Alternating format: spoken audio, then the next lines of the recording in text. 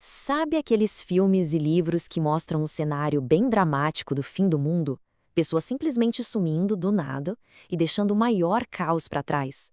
A questão é: será que é isso mesmo que a fé cristã realmente ensina sobre a volta de Jesus? Bom, vamos mergulhar nisso agora. Imagina a cena, que a gente já viu tantas vezes.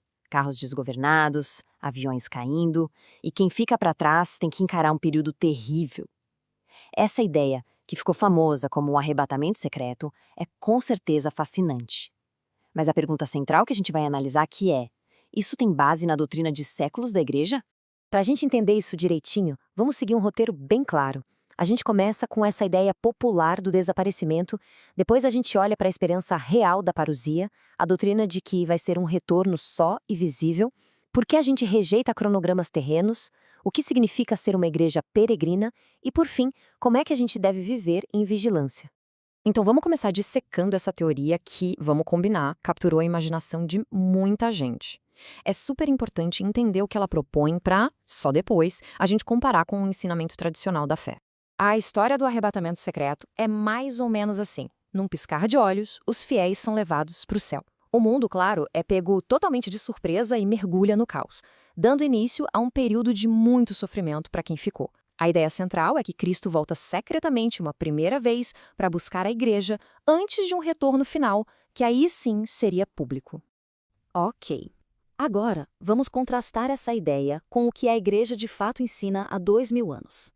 E a palavra teológica-chave aqui não é arrebatamento, mas sim parousia. Parousia é uma palavra grega que descreve a chegada gloriosa e definitiva de Cristo. Percebe? Não se trata de uma visitinha secreta, mas de uma manifestação final da sua glória, o verdadeiro ponto alto de toda a história da salvação.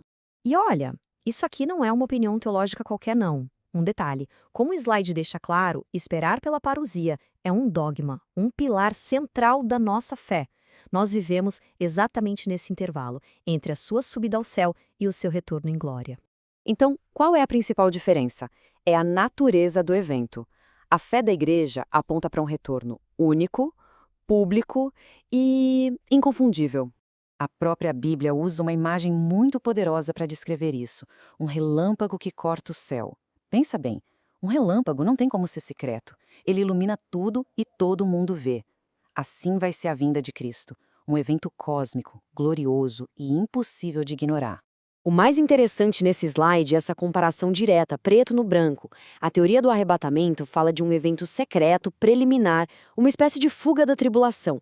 Já a doutrina da parousia fala de um retorno público, final, onde os fiéis perseveram através da tribulação para encontrar Cristo que vem julgar o mundo. A diferença é fundamental. E aqui vem um ponto histórico que é crucial. Essa teoria do arrebatamento, ela não existe nos escritos dos primeiros cristãos. É uma invenção, na verdade, do século XIX, parte de um sistema teológico chamado dispensacionalismo, que ganhou muita força nos últimos 200 anos, principalmente por causa de obras de ficção. E, ligado a isso, a Igreja também rejeita com muita firmeza uma outra ideia, a tentativa de criar um reino messiânico literal aqui na Terra antes do juízo final. Isso é conhecido como milenarismo. O milenarismo, basicamente, propõe um paraíso terrestre, um tipo de triunfo político da Igreja na história, antes do fim dos tempos. O catecismo chama isso de uma falsificação do reino futuro. Por quê? Porque a nossa esperança não é um paraíso político na Terra, mas sim a consumação de tudo pela intervenção direta de Deus no fim da história. E a linguagem do catecismo aqui é forte, é definitiva. Chega a chamar essa tentativa de intrinsecamente perversa. É uma palavra pesada, né? Mas é porque ela desvia a esperança do céu para um projeto político aqui na Terra, tentando tomar o lugar de Deus. No fim das contas, o próprio Cristo já nos avisou para não ficar especulando. Ele disse com todas as letras que ninguém sabe o dia nem a hora, só o Pai. Então, a nossa atitude não deve ser de tentar decifrar calendários, mas sim de estar sempre vigilantes. Certo? Então, se a gente não vai ser arrebatado para escapar dos problemas e também não devemos esperar um paraíso na Terra, qual é a identidade da Igreja neste mundo? A resposta é essa: uma igreja peregrina. Essa imagem é linda e muito precisa. Nós somos um povo a caminho, numa jornada. E a nossa realidade inclui as duas coisas, tanto as dificuldades e perseguições do mundo, quanto o conforto e a graça de Deus. A gente não está fugindo da história, a gente está caminhando dentro dela, em direção ao nosso destino final. E esse ponto do catecismo é um golpe direto na ideia de uma fuga. A doutrina ensina que a Igreja, seguindo os passos do seu Senhor, precisa enfrentar uma prova final. A nossa vocação é a perseverança na fé, não ser removido do campo de batalha. Então, o ponto crucial é este. A vitória definitiva não vai ser um projeto humano que deu certo.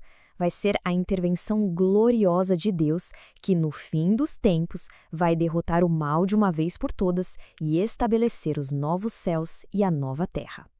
Ok, entendemos a teologia, mas o que isso significa para a gente, hoje? Como é que essa doutrina toda deve moldar a nossa vida?